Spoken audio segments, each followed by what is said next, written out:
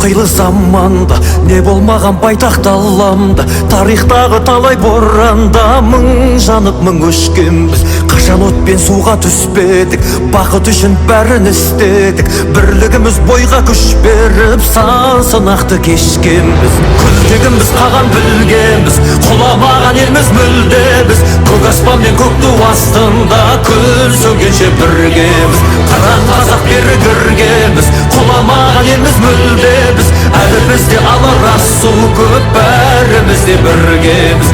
Әлі бізде алар су көп, бәріміз де біргеміз.